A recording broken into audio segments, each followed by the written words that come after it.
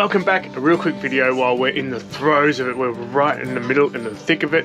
A quick one on homeschooling and what we do when we're on the road to keep the kids edumacated. Anyway, a quick look at what it looks like on a day-to-day basis. Ta-da! Oh, geez, real mature. Okay, so I'm going to try to answer all the questions that we had before we determined exactly what we were going to do for our homeschooling. Questions like which program should we use? What do the worksheets look like? What's the web interface like?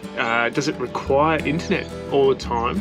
I'll show you a quick look at the content for 1 week's worth of delivery.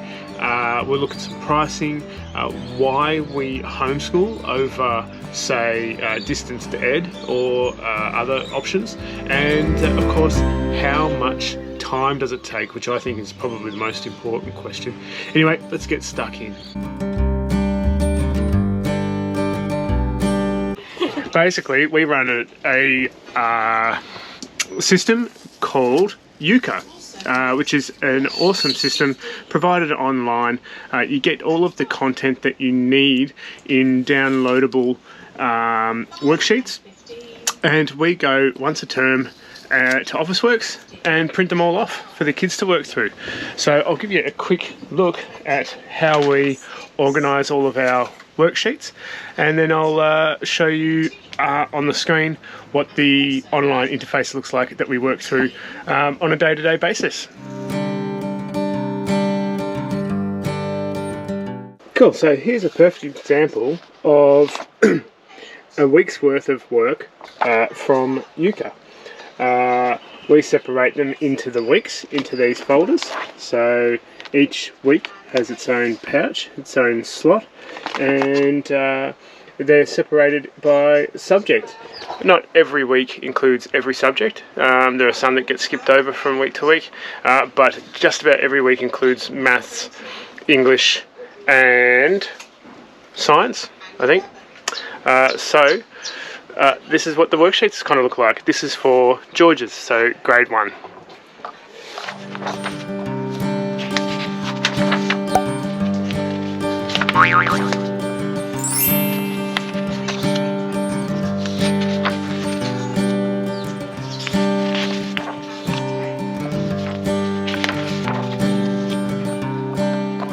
So as you see, there's plenty there, plenty of content to keep them interested, but what I'll show you now is what the interface looks like on the web browser, which we just use the kids' iPads to go through all of their different activities. It also has links to videos and other content like that, so come and have a look.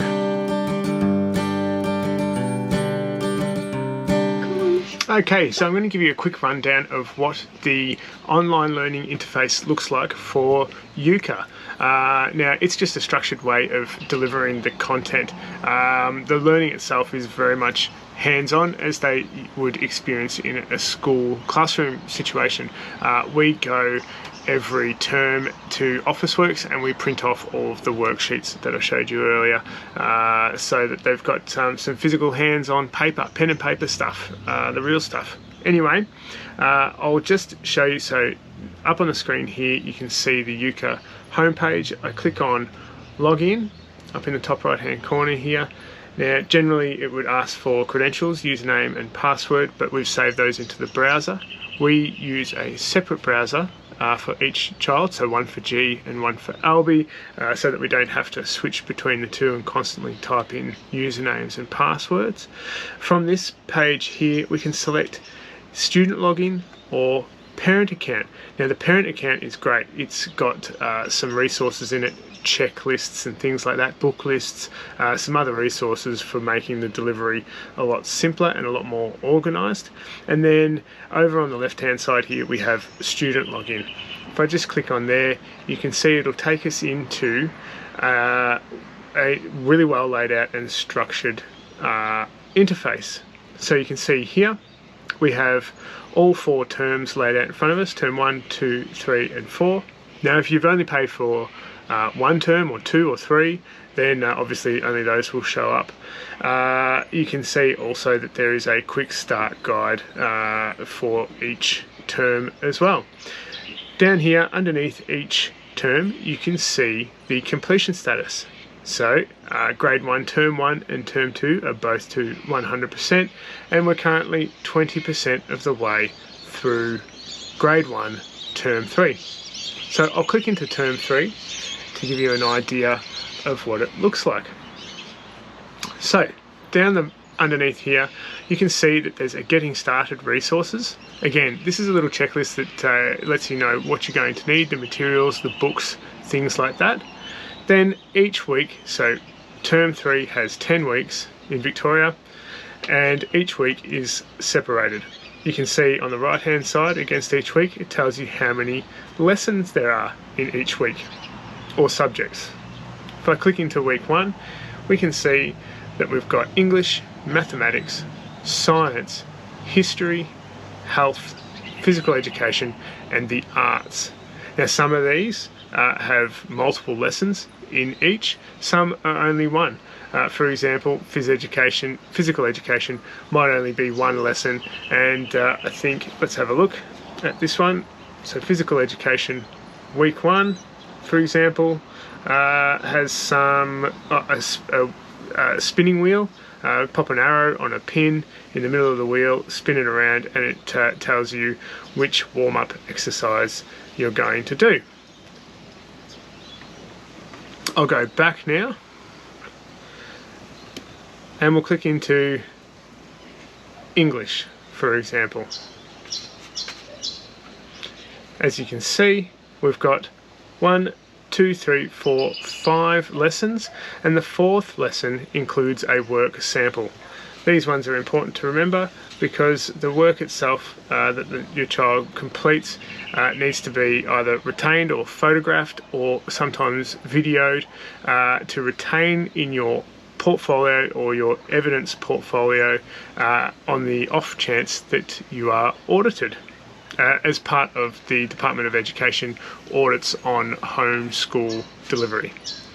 So we just make sure that after we put these together, Georgia put together a nice picture today and a story, that we take a photo of it just in case it gets lost in our travels.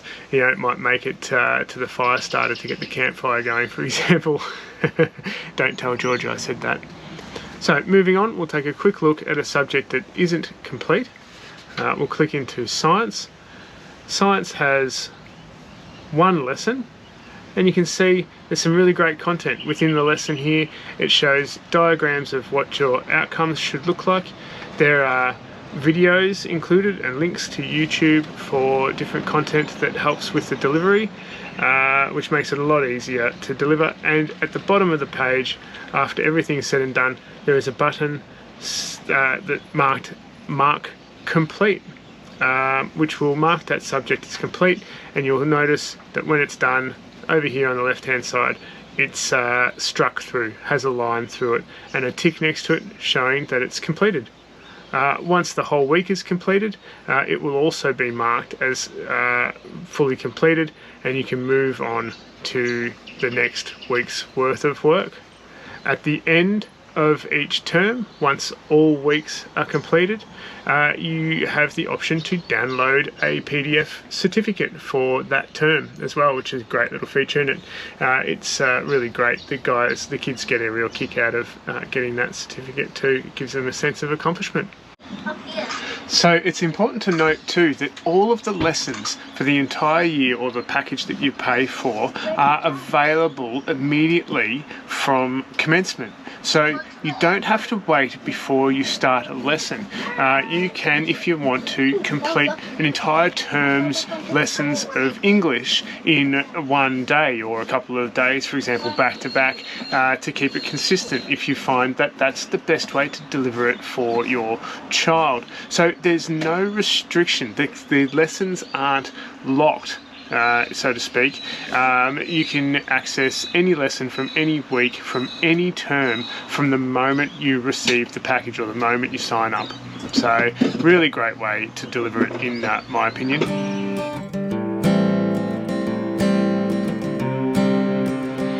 Okay, so do we need consistent internet to deliver the kids' school? Well, unfortunately, the short answer is yes. We prefer to log in on their iPads through the student portal and deliver the lessons one by one as we're going. The main reason being is that the lessons are generally supported with links to other websites, or there's plenty of links to YouTube videos to help deliver the content. So it is much easier to deliver it if you have a good, consistent internet connection. Now, that's not to say that you couldn't do it offline. You could probably screenshot or download the web pages and the lessons for offline use, but not having access to the YouTube links. And there are also times where the lessons refer to other apps that you need to run, or other websites that you need to access to support those learnings. So we tend to hold off until we've got good 4G reception, say if we're in a major city or town, so that we can deliver school when we're stopped. Look, if we're out somewhere remote, we can always set up Starlink, but generally speaking, if we're out somewhere remote, it's because we're adventuring and exploring, and look, school generally takes a back seat in those instances anyway. So if I just click into week 1, we can have a look at the basic layout and what it looks like. There's 1, 2, 3, 4, 5, 6, 7 subjects: English, mathematics, science, history, health, phys ed, and the arts. So to give you an idea of what a week's worth of work for mathematics might look like, I'll just click into week 1, grade 1, term 3, mathematics. And you can see here that it talks you through the lessons.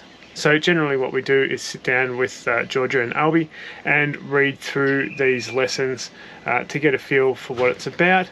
It also tells you up the top what you're going to need for each lesson: playing cards, coloured paper, glue, scissors, paper cups, so on and so forth. Now, because we're travelling, we don't necessarily have access to these materials all the time. Paper cups and things like that we don't always carry with us, so we make it up, we modify. You adapt and you do what you can with what you've got on hand.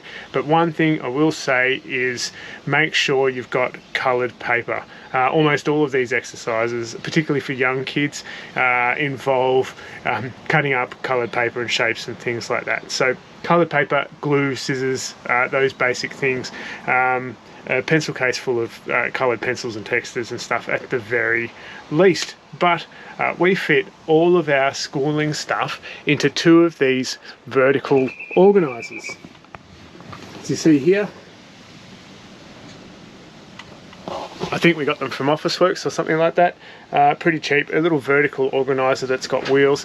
They live underneath the bottom bunk, but you could probably fit them just about anywhere in any of the cupboards here or any of the storage, and that's more than enough space for each of the kids to store all of their notepads, workbooks, art and craft materials, pencils, pens, textures, glue, scissors, all of that sort of stuff. So it doesn't have to completely rule your life in the caravan, this homeschooling stuff. It fits quite easily, and these online delivery platforms make it super simple. You don't have to be ultra creative like me. You don't have to be super smart and know everything about the subjects. It really does step you through it, step by step, subject by subject, lesson by lesson. Okay, so as you can see here, for grade 1, or a Victorian grade 1, now I'm not sure if it's going to be different pricing for other year levels. I'm sure it certainly could be, but for grade 1 we're looking at a full year is $526. Now if you include registration, where they take care of all of the registration and enrolment tasks on your behalf, it's an extra $119.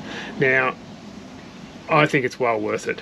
They take care of all of the content that's required to apply to the Board of Education for your homeschooling enrolment. So well worth it. They do all of the heavy lifting. Anyway, we've met lots of people on the road who are doing different formats. You know, some people are doing distance ed, some people are homeschooling, some people aren't schooling at all. Now, when I say that, I mean they're not following a structured program. They're just making it up as they go along and providing more of that hands-on learning, that real world out there amongst it learning that the kids really thrive on anyway. So everyone we speak to, all of the opinions that you hear, everyone says the same thing, that these kids out on the road, out and about, traveling the country, they're going to learn more than stuck at home in school anyway. And we've noticed that that is the case. They learn more from Meg and I because we are with them all day, every day, teaching them how to be good people, or at least the best we can. So if you're apprehensive about hitting the road and traveling because you're not sure if you can meet those requirements, you're not sure that you can homeschool your kids, I know we were put off by the idea quite a bit because of our experiences during COVID with homeschooling. Were certainly not great, not the kind that we want to remember anyway, but it's not like that. Believe me, homeschooling out on the road when you're traveling full time, it's a lot easier to put the things that the kids are learning into practice on a day-to-day basis. You might be out and about doing some kind of activity, and you can point out the history, you can point out culture, you can put into practice some practical mathematics, and of course reading and writing skills are continually and constantly being practiced. Reading road signs, reading maps, reading the names of towns and things like that. So it's not as difficult as you think, particularly with my young kids. Look, I can really only speak for young kids anyway. Our kids, George is 6 and Albie's 8. George is in grade 1, Albie's in grade 2. So we are finding it very easy to maintain, very easy to meet the requirements set out by Yuka and their very structured, easy to follow program. So I'm sure there are plenty of other systems out there, other platforms and programs available to do your homeschooling or distance ed, for example. We chose Yuka because it's a little bit more autonomous. You can choose how much time to allocate and when to allocate that time. There's no face-to-face component, there's no logging in, and there's also no submission of work samples or pieces like that, unless of course you're audited. So it means we can prioritize our exploring, our hands-on learning, and squeeze in the book smarts when we get the time and when the kids are in the right mood and when the weather's right or wrong, as the case may be. So the team at Euka have been really great. We found them online. They were recommended by other websites and other groups, and I looked them up, got online, got in contact, and they sent me all the information we needed to know. And in fact, they assigned someone as our contact so that we can call them and ask them questions whenever we need to find out any information we need. And they've been great. The communication after sales service is sensational. So I would highly recommend. So in conclusion, basically we spend roughly an hour a day. I know that's the question everyone wants to know. How long should I spend on school while we're traveling? In basic terms, when kids are going to school, primary school age anyway, I'm sure it's different with high school and once the kids get older, but at primary school age, when they're at school, a lot of it is spent on other alternative learning situations, social learning, even going out and play in the playground, sports, lunchtime, those kinds of things. So the majority of the time they spend at school is about other learning styles. Actual book learning, pen in hand and doing your maths, English, science studies, those kinds of things, is a small portion of what's truly and very important for their development as they grow up. So we find that we can smash out their book learning, their book skills, their reading, writing and arithmetic in about an hour a day, 5 days a week. Of course, we can condense that down and squeeze it into a week's worth of learning into a day if the kids are in the right mood. We do find that we still have plenty of time for adventuring and exploring on our travels around this beautiful country. Anyway, if you want to know more, hit me up in the comments. Make sure you like and subscribe so you don't miss a thing, and I'll try to get more of these videos out. If you want to see more of the content, I'll try to put a link to the Yuka website in the comments so that you can go and have a look for yourselves. Anyway, as always, stay safe, happy travels, rock and roll, and we'll see you out there.